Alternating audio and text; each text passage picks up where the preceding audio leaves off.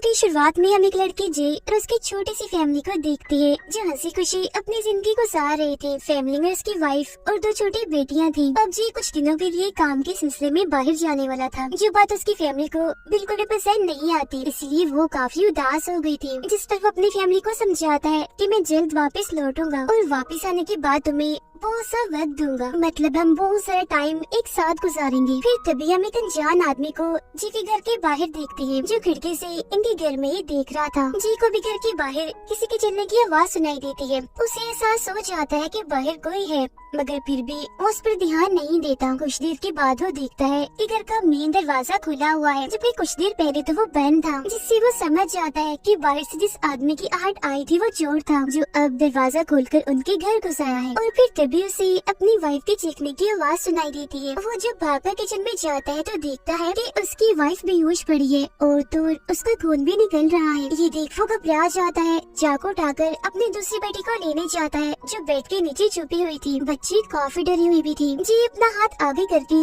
उसे वहाँ से बाहर आने का कहता है, मगर तभी पीछे से वो अनजान आदमी वो चोर आ जाता है और जेब पर हमला करके उसे बेहोश कर देता है। अगले सीन में जी को जब होश आती है तो उसका चेहरा एक कपड़े से ढका हुआ था, जिसे हटाकर वो देखता है कि अब वो अपने घर में नहीं बल्कि एक काफी बड़े बेसमेंट में आ गया है। उसका एक हाथ हथकड़ी से बंधा हुआ था, जिसका मतलब था कि वो अनजान आदमी उसे किडनैप यानी अगवा करके यहाँ ले आया है। मगर वो यहाँ अकेला नहीं था, बल्कि उसके जैसे और भी 3 लोग यहाँ फंसे हुए थे। उन्हें भी यहाँ पर बांध के रखा हुआ था, जिनमें एक लड़की थी, एक सिक्योरिटी गार्ड और एक ऐसा आदमी जो बेहद ही जख्मी था। चारों ही एक दूसरे को नहीं जानते। बात करें उस जख्मी आदमी की तो किडनैपर इन्हें जो अगवा करके उन्हें यहाँ लाया था, उसने इस आदमी को काफी टॉर्चर किया था, यानी उस पर काफी जुल्म किया था। उसने इसके पूरे जिस्म की खाल निकाल दी थी और साथ ही उसका मुँह भी सी दिया था, जो इस बात की तरफ इशारा कर रहा था कि किडनैपर ने उसका मुंह बंद करने की कोशिश की, क्योंकि हो सकता है ये उसे पहचान गया हो। तो वो नहीं चाहता था कि वो किडनैपर के बारे में किसी को बता सके कि आखिर वो कौन है।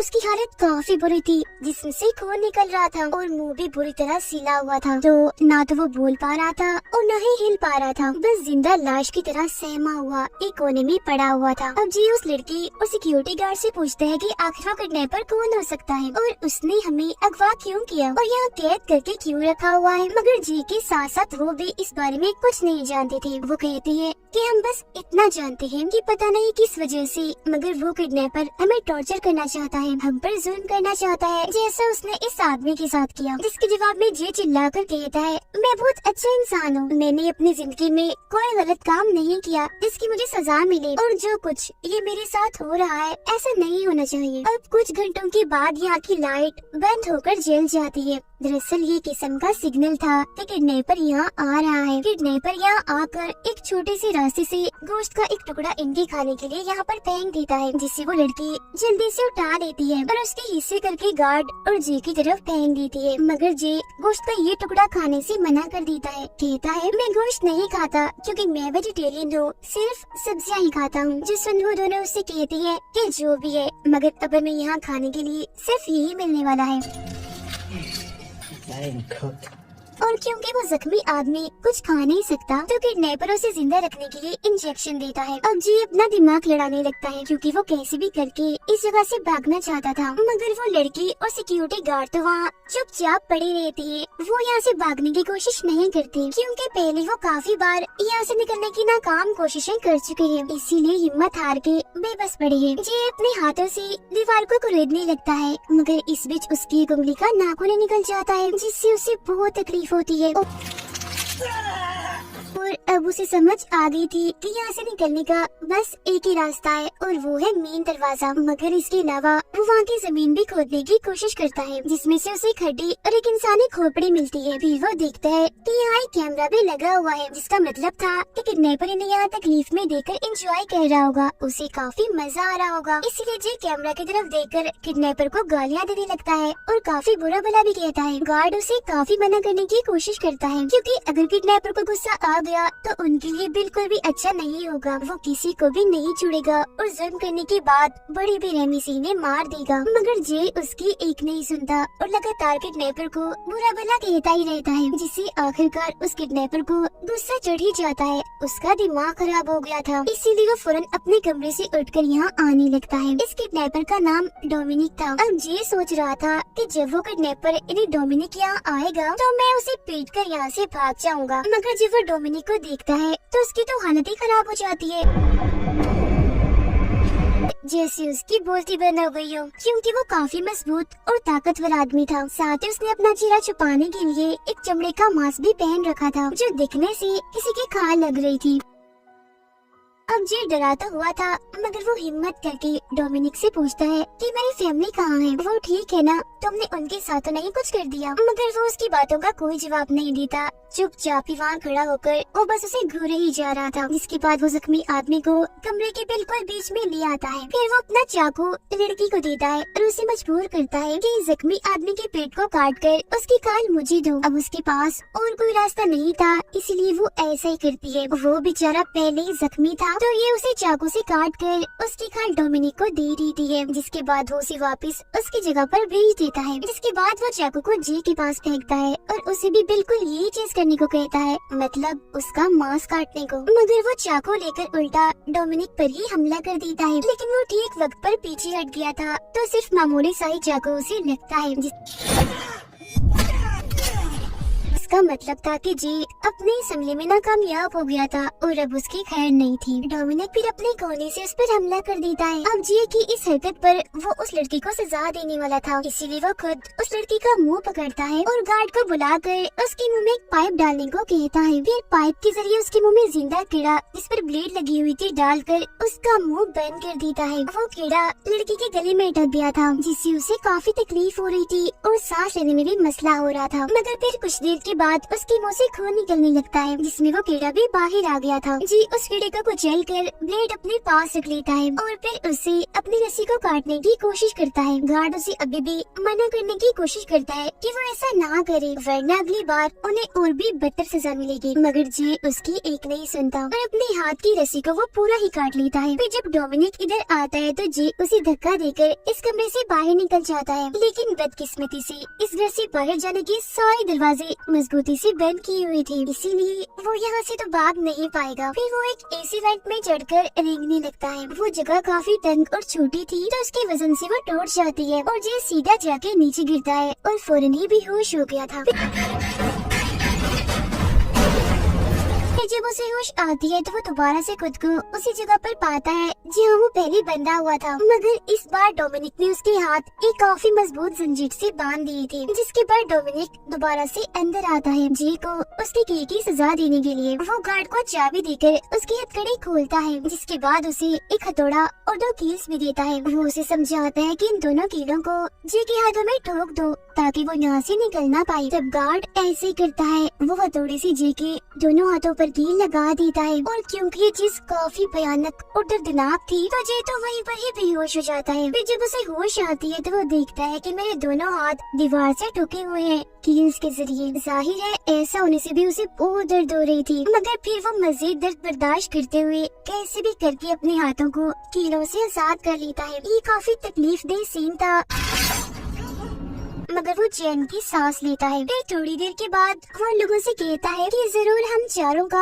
इस किडनैपर डोमिनिक के साथ कोई लेना देना है, इसीलिए तो वो हमें इतना टॉर्चर कर रहा है। जुल्म की सारी हदें उसने पार कर दी है। मगर उन दोनों को तो इस बारे में कुछ भी याद नहीं आ रहा था कि हमारा इससे क्या वास्ता हो सकता है और हमने इसका क्या बिगाड़ा। उनकी ये बातें सुनकर वो जख्मी आदमी कुछ बोलने की कोशिश करता है। ऐसा लग रहा था जैसे वो उन्हें कुछ बताना चाह रहा हो। फिर वो अपनी उंगली से रेत पर एक निशान बनाता है, जिसके बाद वो बड़ी तकलीफ सहकर अपने मुंह की टांगे तोड़ देता है, अपना मुंह चीर कर, और बस एक ही लफ्ज वो बोलता है, हॉर्स शू। ये दरअसल लोहे की एक ऐसी चीज होती है जो घोड़े के पैर में लगाई जाती है। अब क्योंकि वो पहले इतना जख्मी था तो अब भी इतना दर्द सहने की वजह से उसकी मौत हो जाती है। अब ये एक लफ्ज हॉर्स शू सुनकर जी एकदम चौंक गया था, क्योंकि वो समझ चुका था कि हमारा आपस में और इस किडनैपर के साथ क्या ताल्लुक है। जो जानने के लिए हम कहानी में चले जाते हैं 20 साल पीछे, जहाँ हम देखते हैं कि जी के बचपन में यानी जब वो छोटा था, छुट्टियां गुजारने अपनी फैमिली के साथ एक जगह पर आया था जो जंगल जैसी थी। यहाँ उसकी दोस्ती 3 बच्चों से हो गई थी, जो और कोई नहीं बल्कि वही है जो बेसमेंट में इसके साथ कैद थी, मतलब वो लड़की, गार्ड और जख्मी आदमी। फिर एक रात जय इन तीनों को एक कहानी सुनाता है जो सच्ची थी कि इस जंगल में एक फार्म हाउस है जहाँ एक किसान रहता है। कुछ वक्त पहले ही उसकी वाइफ की मौत हो गई थी और तभी से वो पागल हो गया है। उसने अपने ही बेटे को अपने फार्म हाउस जो उसका घर था वहाँ पर ही कैद करके रख लिया और उसे इतना टॉर्चर किया कि उसकी सारी खादी उतार दी। और फिर एक दिन तेज धार कुल्हाड़ी से उसने अपने ही बेटे को मार दिया। कहा जाता है कि वो किसान आज भी जिंदा है जो अपने उसी फार्म हाउस में रहता है, और वो फार्म हाउस पता कहाँ है? इसी जंगल में। और वो इसी जंगल में घूम रहा है अपने अगले शिकार के लिए। वो तीनों बच्चे जो कि इस कहानी पर यकीन नहीं करते कि उन्हें ये बस मन घड़त लगती है। और फिर तभी एक बच्चा यानी डोमिनिक इनके पास आता है। जी हाँ, बिल्कुल ये वही बच्चा था जो बड़ा होकर वो किडनैपर बना। वो इन्हें बताता है कि मैं भी अपनी फैमिली के साथ यहाँ छुट्टियाँ गुजारने आया हूँ और आप चारों से दोस्ती करना चाहता हूँ। मगर ये लोग उसे दोस्ती तो नहीं करती बल्कि उसे परेशान करके मजे लेने का सोचते हैं। वो उसे कहती है कि अगर तुम हमारे ग्रुप में शामिल होना चाहते हो तो तुम्हें कुछ डियर्स को पूरा करना होगा, मतलब जो हम तुम्हें करने को कहेंगे वो तुम्हें करना ही होगा। जो सुनकर डोमिनिक इसके लिए मान जाता है। सबसे पहले वो लड़की यानी जे की दोस्त डोमिनिक को एक कीड़ा अपने मुंह में रखने के लिए बोलती है, जिसके बाद जे का दूसरा दोस्त जो मौजूदा वक्त में गार्ड है उसके मुँह पर हाथ रख देता है, जिससे वो कीड़ा डोमिनिक को निगलना पड़ता है। इसके बाद वो लड़की एक मकड़ी को डोमिनिक के सर पर छोड़ देती है, तब वो मकड़ी उसके चेहरे पर रेंगते हुए कान में घुसकर उसे काट लेती है,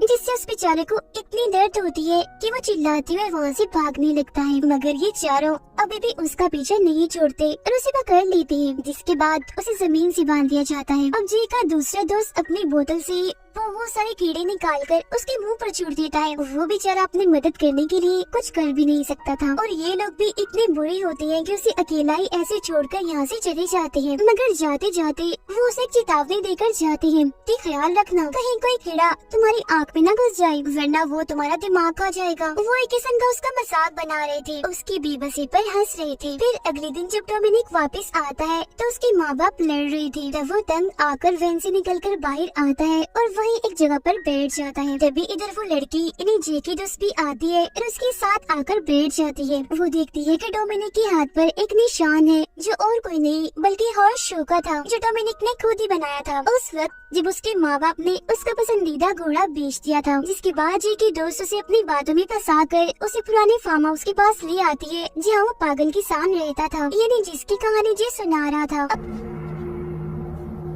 अब तभी इधर उस लड़की के बाकी दोस्त भी आ जाते हैं और डोमिनिक से कहती है कि तुम हमें इस फार्म हाउस के अंदर जाके दिखाओ, अगर तुमने ऐसा कर लिया तो फौरन हम तुम्हें अपने ग्रुप में शामिल कर लेंगे। अब जैसे डोमिनिक उस फार्म हाउस में जाता है तो वो चारों उसे वहीं छोड़कर भाग जाते हैं। जाते जाते वो लोग ये देख चुके थे कि फार्म हाउस में कोई था जो जरूर वो पागल किसान हो सकता है, और वो अब डोमिनिक को पकड़ लेता है। अब उसके बाद ये चारों दोस्त अपने अपने घर चले गए थे, फिर ये दोबारा कभी नहीं मिली और आज इधर आकर ही इनका आमना सामना हुआ, जब भी तो वो दूसरे को पहचान नहीं पाए। और बात करें उस बच्चे डोमिनिक की, वो भी लापता हो गया था, वापिस अपने घर कभी भी नहीं आया। और फिर जब पुलिस ने इनसे पूछताछ की तो इन्होंने तब भी उसकी मदद नहीं की, ना ही पुलिस को डोमिनिक और ना ही उस फार्म हाउस और किसान के बारे में बताया। फिर इसके बाद दिखाया जाता है कि वो पागल किसान सच में उस फार्म हाउस में रहता था। उसने डोमिनिक को वहीं अपने पास रख लिया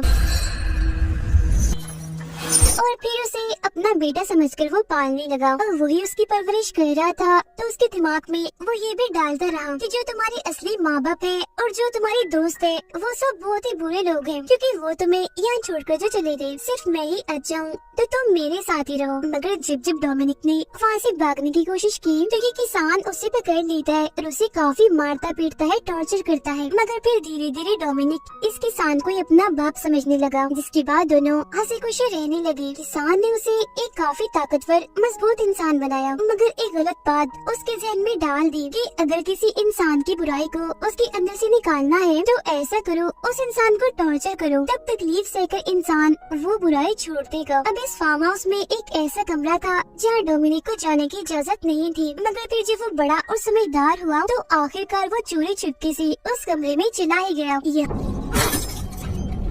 हाँ, कर उसे पता चला कि इस किसान का दिमागी तवाज़ुन ठीक नहीं है, ये पागल है और पागलपन की वजह से इसने अपने ही बेटे को मार दिया। मतलब जय ने जो बात बताई थी वो सच थी। इसके अलावा उसे एक हैरान करने वाली बात ये भी पता चलती है कि इस पागल इंसान ने डोमिनिक के माँ बाप की वैन में भी आग लगा दी थी, जिसमें जलकर दोनों ही मारे गए। उसने ऐसा इसलिए किया था ताकि डोमिनिक हमेशा उसके साथ रहे और कोई उसे ढूंढने न आ सके। ये सब जानकर उसे काफी बुरा लगता है, साथ ही इस पागल किसान पर उसे गुस्सा भी आ रहा था। मगर तभी इधर वो किसान भी आ जाता है और डोमिनिक को इस कमरे में देखकर उसे काफी गुस्सा आ गया था, इसीलिए वो उसे काफी मारता पीटता है, क्योंकि वो समझ गया था कि क्योंकि डोमिनिक सारी सच्चाई जान चुका है तो अब की बात कभी भी वो मुझे अपना डैड नहीं समझेगा। तो इसीलिए वो उसे रस्सी से बांधकर उबलते हुए पानी में डुबोकर मारने की कोशिश करता है। लेकिन उसकी किस्मत अच्छी थी, वो जैसे तैसे करके वहाँ से निकलकर रस्सी से आजाद हो जाता है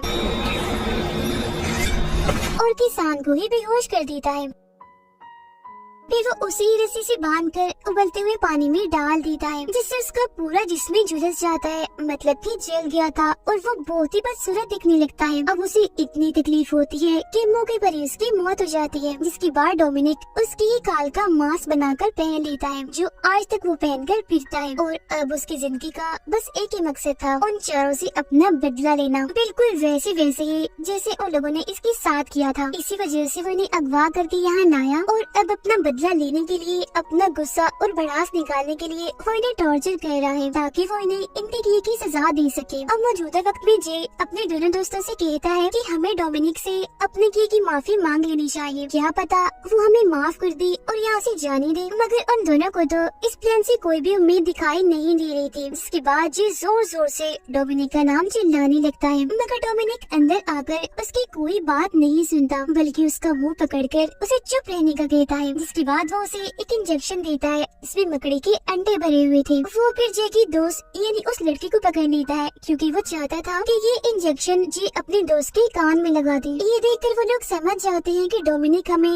बिल्कुल वैसे टॉर्चर कर रहा है जैसे 20 साल पहले इन लोगों ने उसे किया था। फिर कुछ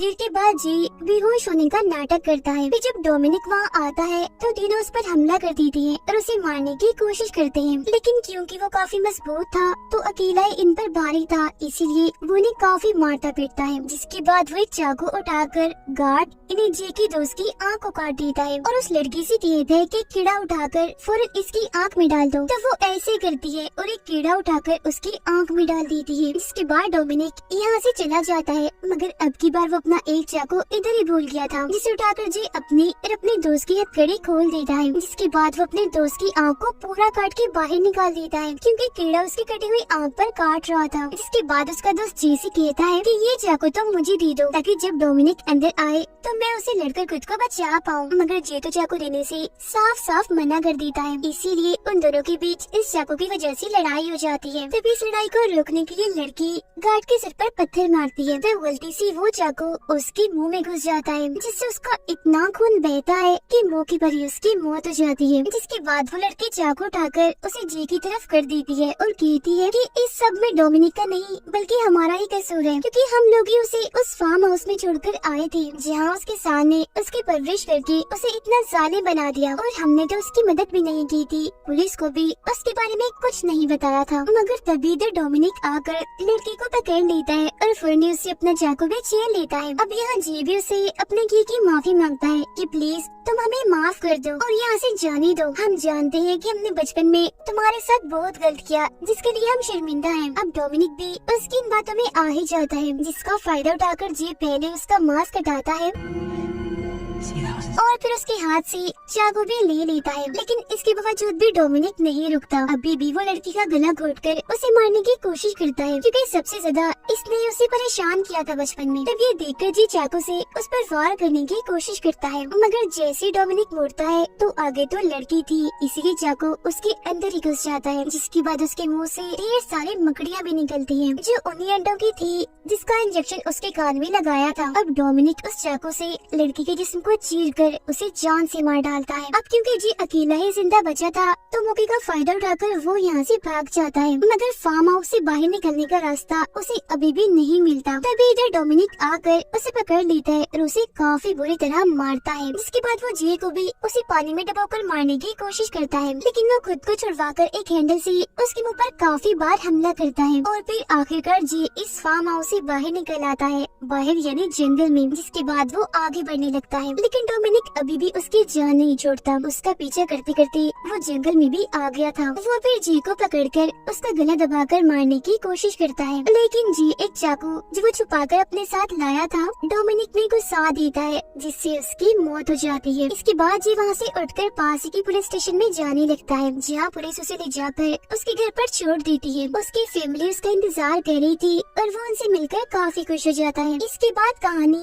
10 साल आगे जाती है, जहाँ जी की दोनों बेटियां बड़ी हो गई थी और अपने अपने दोस्तों के साथ उसी जंगल में छुट्टियां मनाने आई थी। इनकी बातों से हमें पता चलता है कि पुलिस को डोमिनिक की लाश नहीं मिली थी, जिसका मतलब ये था कि वो अभी भी जिंदा हो सकता है। अभी डोमिनिक का नाम लीना ही था कि तभी अचानक पीछे से आकर वो इन पर हमला कर देता है, जिससे ये बात कंफर्म हो जाती है कि वो मरा नहीं था बल्कि वो जिंदा था। उसने मास्क भी पहना हुआ था और अब वो पहले से भी ज्यादा ताकतवर था और अब न जाने वो कितने और लोगों को मौत की घाट उतारेगा। वो सिर्फ उन्हीं लोगों को मारेगा जिन्होंने कभी उसके साथ गलत किया या जो अच्छे नहीं होते। और इसी के साथ ये फिल्म इधर ही खत्म हो जाती है।